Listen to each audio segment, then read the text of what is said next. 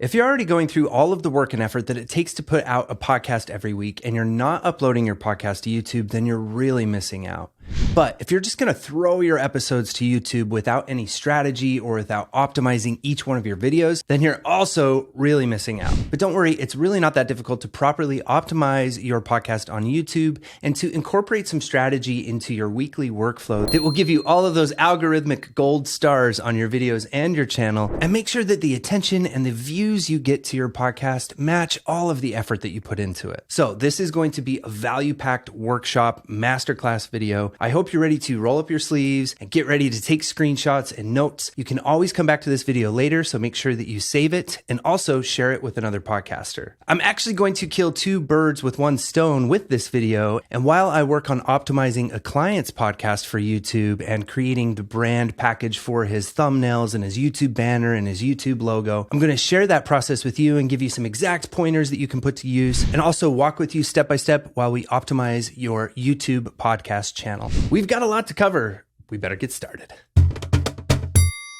Hey, you've arrived at the Pod Sound School. If this is your first time here, I'm Studio Steve. I'm an audio and video producer and an instructor inside our courses at podsoundschool.com. As I mentioned, we are going to get into the nitty gritty and really get you cooking with some serious YouTube strategy and best practices. So I'm going to divide this video into 3 sections and leave some timestamps for each section in the description below. We're going to start off talking about production. Not going to spend a lot of time there, but I will give you some quick pointers for your studio setup, finding a good editor, and creating assets. Then we're going to get right into section 2 and talk about channel optimization. This is kind of a one and done situation, but it is something you want to check up on each year. And then we will end off with the real sweet and juicy stuff, and that is the ongoing best practices, or you can think of how you will optimize each and every video that you upload to the platform. Here we'll divide this into the 3 real concerns when it comes to making the algorithm happy and getting all of our YouTube gold stars. And that is CTR, or click-through rate, watch time, and engagement. We'll break those up and look at how we can implement a simple to follow checklist in each stage of production, pre-production, production, and post-production. Okay,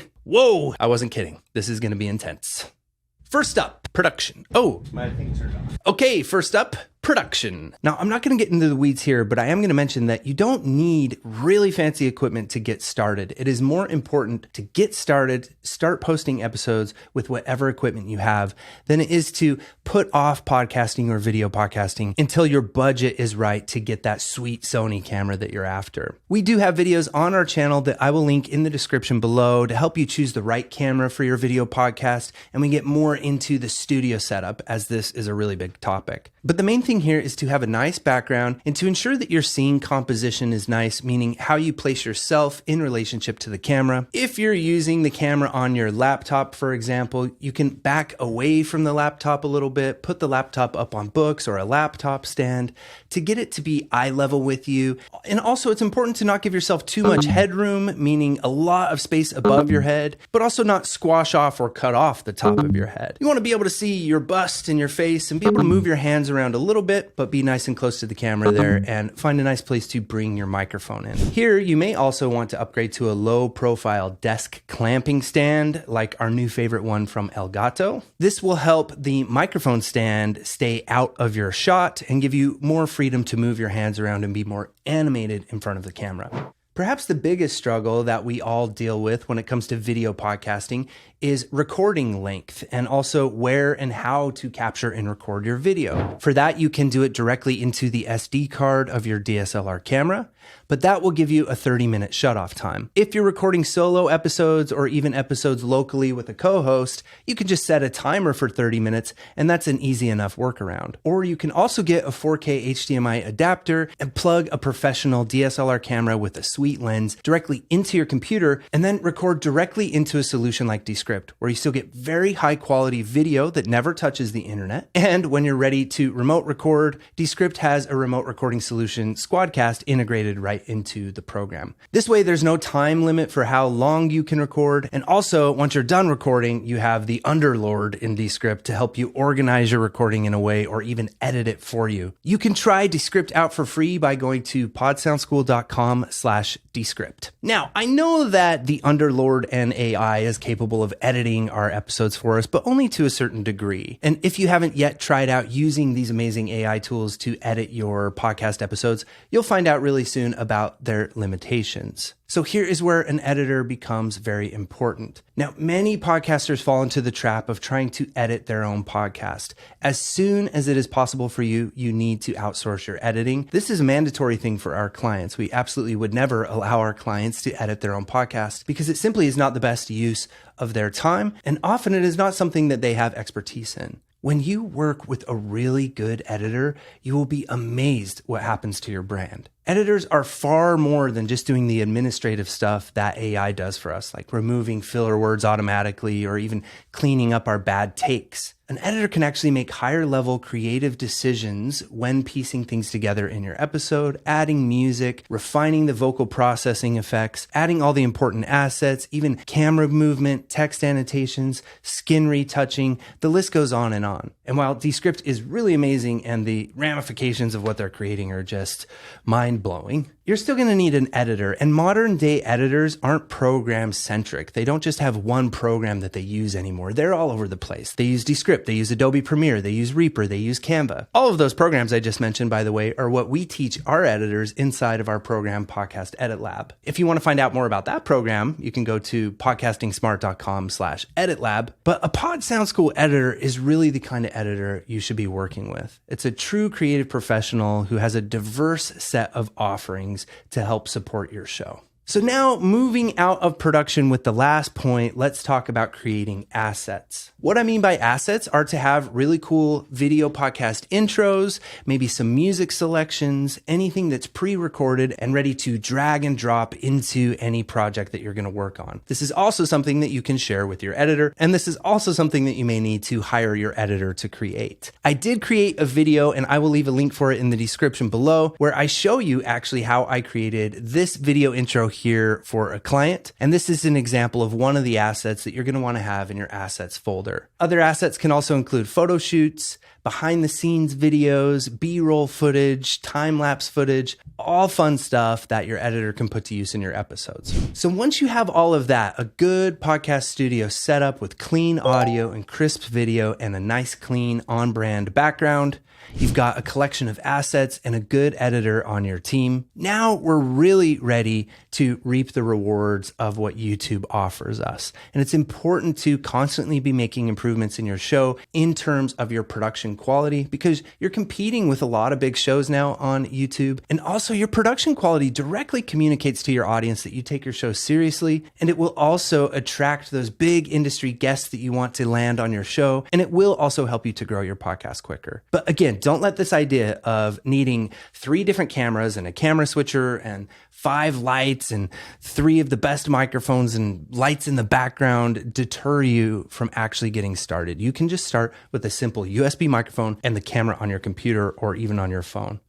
Okay, are you still with me? Good. Are you finding value in this? If so, give me a thumbs up. And again, remember to share this with another podcaster. Okay, so let's move on to the second section, and this is channel optimization. With this section, as I mentioned, I'm going to bring you along with me as I do this process for a client, Ryan Denis of the What the Futures podcast. Ryan was so nice to allow us to peer inside of his channel so that I could show you a couple tips and tricks on his channel that you'll want to watch out for and make sure that you've got these boxes checked correctly. And also, we're going to take a look at his channel as a before and after example. So we'll get to see what his channel and videos looked like before being branded or packaged and after being branded or packaged. And this branding or packaging is really the look of your YouTube channel. And it has to do with the profile picture, the YouTube banner picture, and then also creating a set of thumbnail templates that we can use every week to just drag and drop a picture of our guest in there and change the words around to a new engaging phrase that we want to appear on a custom thumbnail every week. So luckily, this is really accessible and you can get started with this yourself using Canva Pro. It should come as no surprise to you that I'm a Canva Pro freak and I have many Canva Pro videos here on the channel. Again, I'll leave some links in the description below. There are 2 videos I made actually of designing podcast covers and a video I made making YouTube thumbnails. But here with Ryan's podcast, because I had his brand colors and an existing logo that he had created, I was able to use his brand colors and his logo to really start building a brand kit in Canva. I also luckily had a ton of photos that he sent me for the intro video that I made prior to this, so I could use those photos and poses of him as well. So what you'll do first when you are viewing your channel is click on the button that says Customize Channel. Now from this channel customization page, there's 3 tabs along the top. We want to choose Branding. And here is where you can upload your profile picture and your YouTube banners. So first I got to work creating a bunch of different logo variations for Ryan, and I had a lot of fun using an exclamation point as a blade of wheatgrass. And I created something that was very reminiscent and looked a lot like his logo, but was easier to condense and put into this little profile picture and will also help to stand out more on thumbnails. And it just gives Ryan variations of different logos that he can use for his podcast. The YouTube banner image is also really easy to create in Canva. You choose to create a design and type in YouTube banner. From here, you'll see a lot of templates that you can use that will kind of get your design sized properly. I actually like to Google YouTube banner template and pull that into Canva and then use the rulers in Canva to drag some guidelines down for me as far as what is the device safe area. So the area in your design that will show on all devices. This can be a little tricky and can take some experimentation. And after you upload it to the banner image section under the branding tab of your channel customization, you'll be able to sort of skew the selection and kind of move things around and fine tune it to get it to appear just how you want. And then it's a good idea to test and see what it looks like on your phone and on a computer as you resize the windows and things. The full image itself will be viewable if somebody were to look at your channel on a TV. And then most of the banner will be seen on a computer or a desktop. And really just the very small central part of this big image will be seen when people view your channel on their smart devices.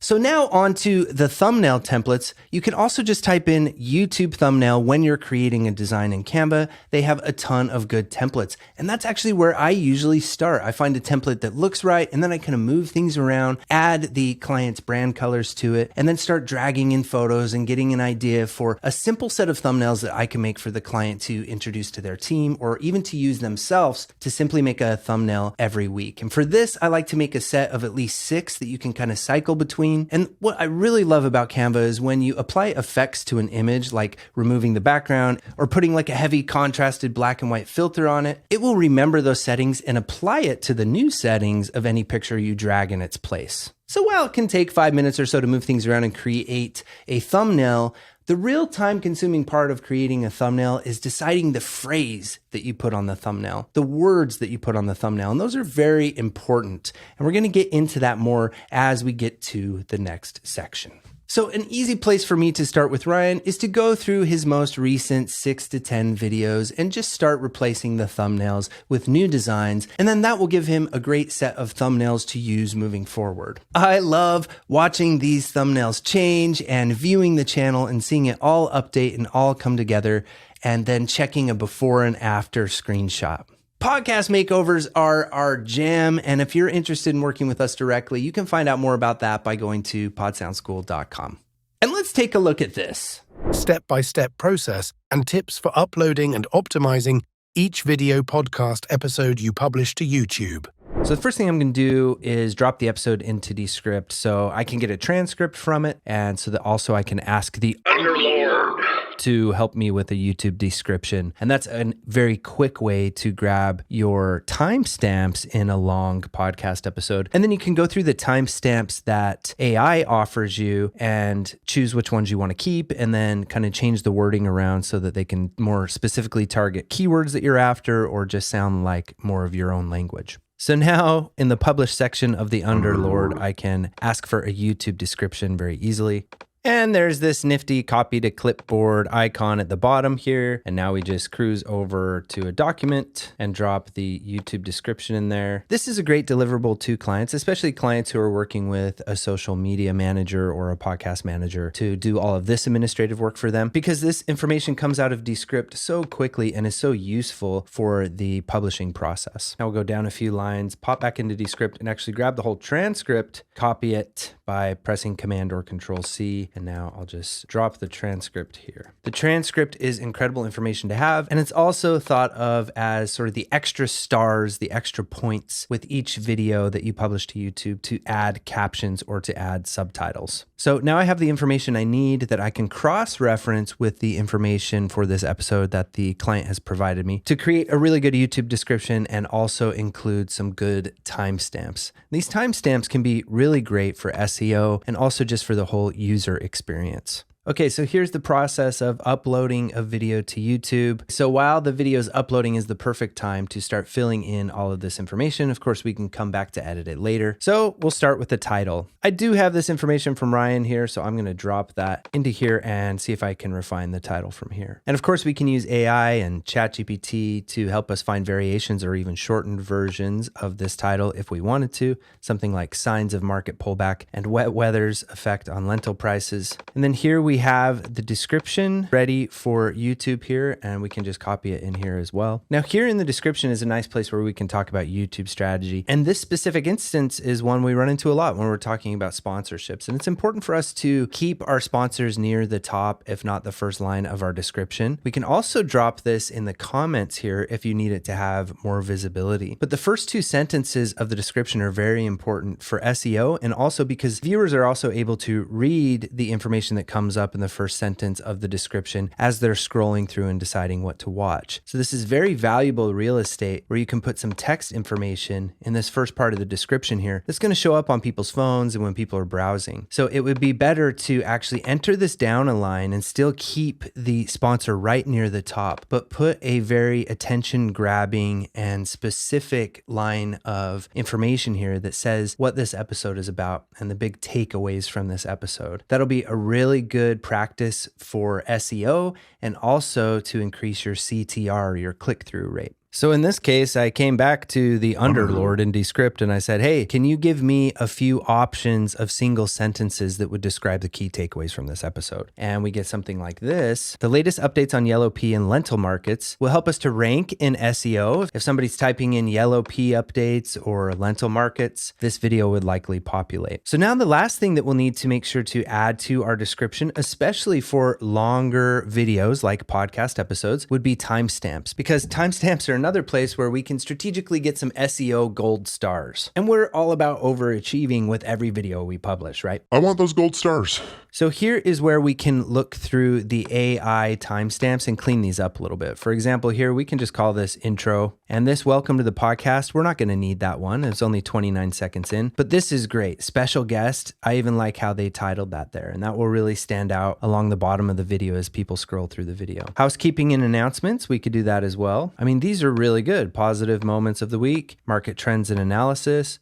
weather impact on crops. The one thing I like to look out for is to not have timestamps be too close to each other. So if we can pick and choose some right around these moments here where these are going to be very close to each other. And maybe let's just take Ukraine's production challenges, because I think that that would be a nice keyword, a nice general keyword for us. We can also then decide to kill that one as well, and then have India's influence on yellow peas. We don't want to overwhelm people with too many chapters. We just want to give them a few to choose between to help them kind of navigate through the episode. That is a much better looking set of timestamps. And then something I like to do is actually just write timestamps here above it. And then this is something we can just copy and add to our YouTube description at the very bottom of everything. You have to include the 0 and the intro here to get the timestamps to function. And then you can put in any timestamp you want. So this is looking really good. Now we just select the playlist. We want it to go to the podcast. And no, it's not made for kids. And I always like to click on show more and add some tags, even though tags are something that YouTube says play a minimal role in helping viewers find your video. Tags will really help you when you're working with TubeBuddy to see how you're ranking for certain keywords. Really great thing to do as you use TubeBuddy to help you with keyword and SEO strategy. And if you don't know which tags to apply, of course, you can always add ask the overlord once again. Can you give me some relevant tags separated by commas that I can have for YouTube? Yes, copy. Crop markets, podcast, agriculture, farming advice. These are awesome tags. It has the name of the guest and some general tags like agriculture and farming advice. These are going to be the real broad tags that we're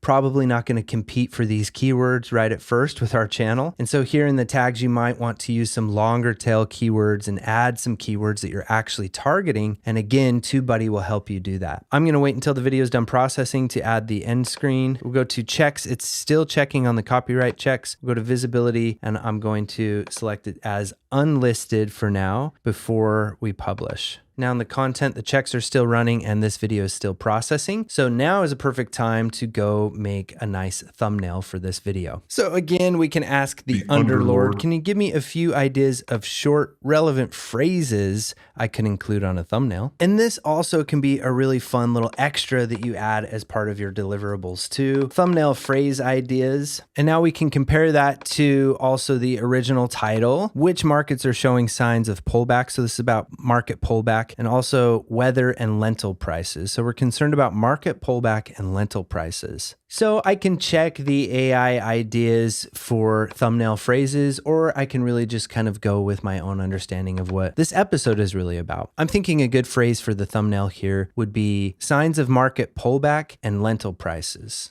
And we can just choose this one right here and duplicate it by pressing Command or Control D for duplicate. We'll click on Close Grid View here. And now page 3 here is a duplicated page. So we can now put in signs of market pullback, and we can even just say market pullback. Once you have these two elements together the way you want them, it can be really convenient to then group them. A little trick for that is to actually hold Command or Control when you're clicking on something, and it will click the layer behind it. Now, if you hold the Shift button and click again, it will select both of those layers and you can say group. So Control click and then Shift click, and you get a nice little group here. That's a nice little hack worth a thumbs up, I think. There we go. So I've just basically used a template and just replaced the words and resized some things around to make a new, very similar thumbnail. And now back into the video again on YouTube, we can go down to the thumbnail section and upload that thumbnail that we just downloaded. Now here's some important and time-saving optimizing tips that you can do on your channel. From your YouTube studio, go to Settings, and from Settings, choose Channel, and from Channel, go to Advanced Settings. The first thing we want to check is this: No, set this channel as not made for kids. YouTube defaults as saying that you want to review this setting for every video. We know that we're never going to make content for kids, and this will save us having to make this selection every time we upload a video. And once you've made that little adjustment, click on Save. Now we're going to go back to the settings again, and this time instead of channel, let's choose upload defaults. This is a really cool place to put things that you're always going to have in your description, like calls to action, or even the links of sponsors that you always have for your show. You can just have those be a default into your description every time you upload on YouTube. But let's go to advanced settings. And from advanced settings, we want to make sure that the video language is always set to our language here. And here I'm going to say English and Canada. And the title and description language, we want to do the same thing. Always have the comments on, and let's show how many viewers like this video. And now that you've made those settings, say save. Now that's what you actually have to do if you want to add captions and subtitles here to your videos. But even though I've made that adjustment, when I come to my video, I still am not able to select the subtitles here to select the video language. So what do? Well, we'll click back to channel content. And here I'm actually going to click this box right here, which will select all of the content on the channel. And now I'll hover up to where it says edit and click on the drop down arrow there. And at the very bottom, I have video language. And now I can click into this video language and I can once again find English Canada and update all of the videos all at once. I understand the implications of this. Update videos. And now all of my past videos have been updated with the English language. And moving forward, because I made the adjustments in the settings, all of my videos will also have that. So now I should be able to come back here and look, I can add subtitles now. So I'll click into subtitles and I'm going to choose auto sync. And now I have my transcript here. I'll just highlight my whole transcript, all 20 pages of it.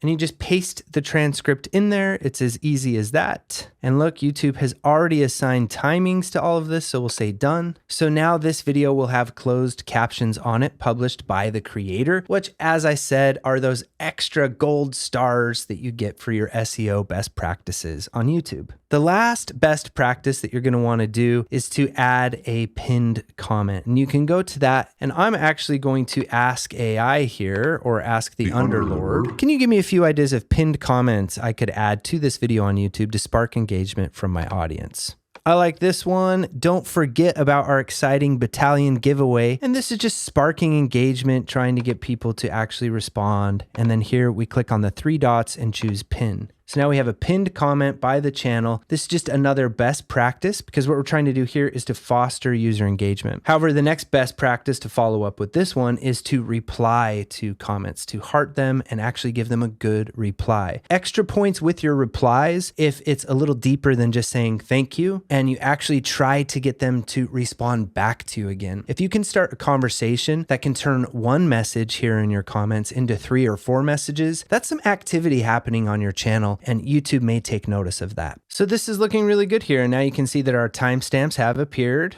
It's really cool to see these markers here. And like I said, now all of these are also acting as potential SEO indicators for YouTube and Google. The only thing that we didn't add yet was an end screen. Now here with the end screens, a great strategy that you could employ with your end screens is to actually try to send people to the next video, because that could be a really cool engagement and get people looped in and sucked into your episode.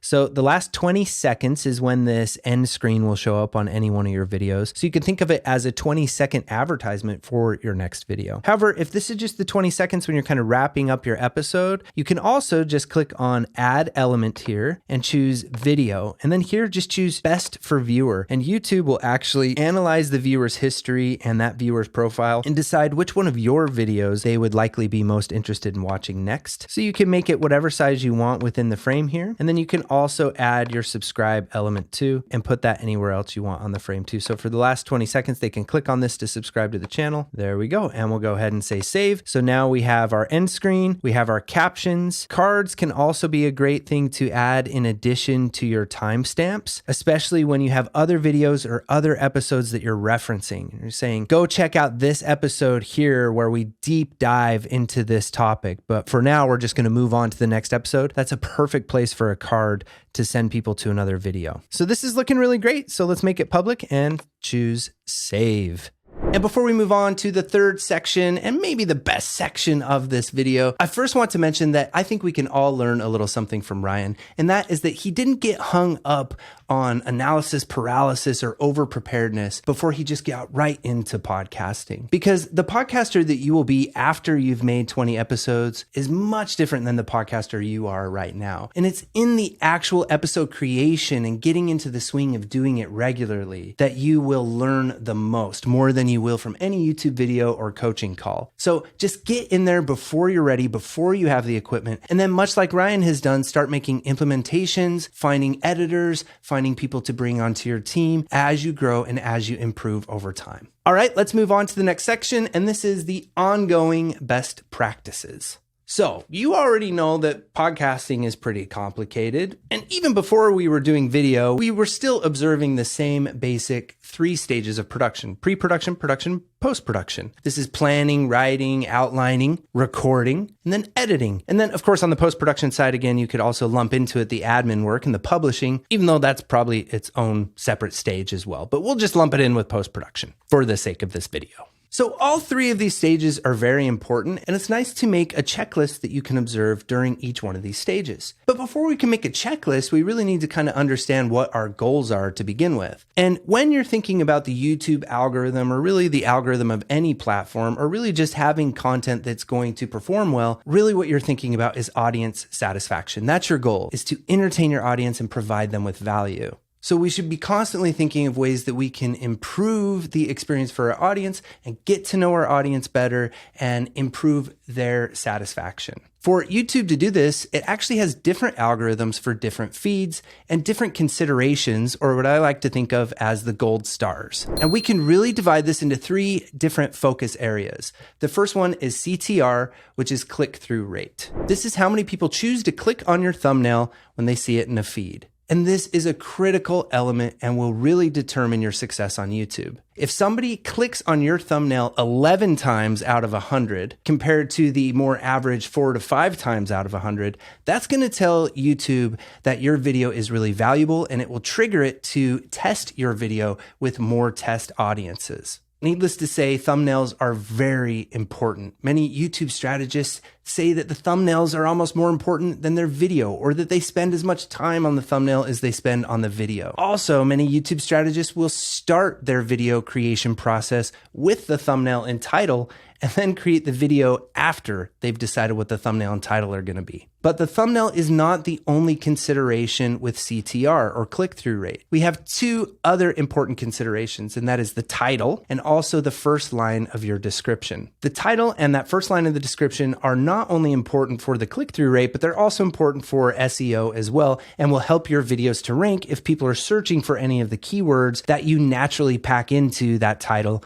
and that first line of the description. And then when it comes to all three of these elements, remember that it's also the interplay between these three elements that can spark more interest. So rather than just repeating the same phrase on your thumbnail that is the title of your video, consider using different words on each that play on each other and spark more curiosity. So if someone sees the thumbnail and then reads your title, does it make them even more inclined to click on it? This is something that takes a lot of experimentation. And again, you can really fall into the weeds on this one topic alone. But don't worry, we've got your back with some thumbnail videos. And as I mentioned, check the description and I'll drop some in there. So your CTR checklist that you want to add to your checklist for pre-production would be just to ask the question, what's my thumbnail and title going to be for this video? To have that in mind before you outline or before you write your script. For the production stage, your CTR checklist item should be, am I capturing a photo shoot or any poses during this part for my thumbnail? This is something that Veronica, with her podcast Content Jefe, introduced me to. She loves to do as an icebreaker with her guests when she has them virtually, is to do some poses as a photo shoot, and then we extract frames of that photo shoot later for the thumbnail. So am I taking pictures for my thumbnail during the production phase? And then, of course, during the post-production phase, this is where, again, working with a talented editor who understands your brand and who can be that critical member of your team to make really exceptional thumbnails for you is really the top recommendation that I have, or just to get into Canva and start playing around with the templates yourself. So the checkpoints for the post-production is to create a catchy thumbnail, create an engaging and relevant title, and first line of the description. Okay, so now we can move on to watch time. Watch time is how long people watch your videos. This one is huge, one of the biggest considerations that YouTube takes into account to give your video those gold stars so that it can test it with more audiences and put your video in front of more people. Here, there is so much that goes into this. It really does come down to making good content, which has to do with increasing the value by learning about your listeners and your viewers, learning what they want to hear and see, trying to solve problems, but also checking your own energy level and stepping up to the microphone and to the camera each week with a lot of energy, a lot of vitality and creativity to bring your best self every week. But there are some itemized things and some checklist things you could do as part of your production schedule that will help you in this way. And the first one is to write, outline, or prepare a catchy hook. What are you going to say during that first critical 30 seconds of your episode to hook people in, to open up a story loop, or to get them interested so they just have to listen to the rest of the episode? The second one is to really prioritize the first question that you're going to ask your guest or the first thing you're going to get into, and just get into it really quickly. So have that first little minute or 2 minutes of your episode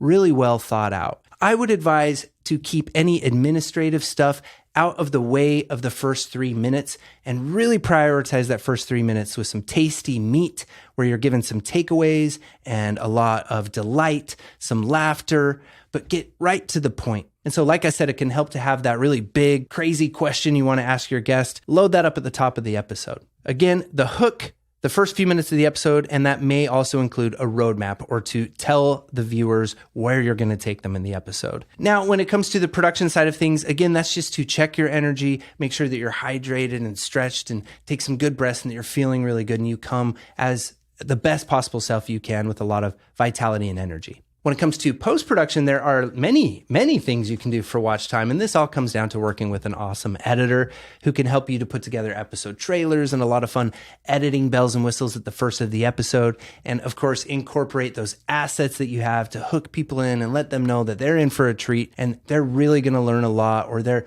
really going to be entertained a lot in this episode. And that's watch time. Make good content. Make podcast episodes that you would want to listen to. If you find yourself getting bored when you're watching back on your podcast, take notes of when you start to get bored and why you start to get bored, and constantly make refinements in the way that you perform your episode. Also, survey your people. Get your listeners on a call with you and ask them what they like about your show. Those surveys can be so valuable. And when you really emerge and start making your show for your audience, you'll really see that watch time increase. And now we can move on to the last consideration, and that is engagement. So with this, there's also itemized things that you can put on a checklist for each stage of production. Pre-production here, you want to write and have your CTAs and your engagement sentences written out. And maybe even put on a Post-it note on your computer so that you remember to sort of naturally sprinkle them in your episodes. And that's to ask people to subscribe and to follow your podcast. That's to encourage people to comment. That's to encourage people to share your podcast with other people that they know. You would be surprised how many of your listeners will do these things just because you asked. We know from collecting our own analytics off of the years of being on YouTube and working with clients on YouTube, in the videos where we ask people to subscribe, there are in fact many more people who subscribe for that video compared to the other ones. And the same goes in videos where we really push commenting and try to get some engaging questions, specific questions that we ask people to respond to. We see a lot of comments, and that can be really good for YouTube to get people talking in your comments. That's good channel activity that makes YouTube happy. It's a gold star.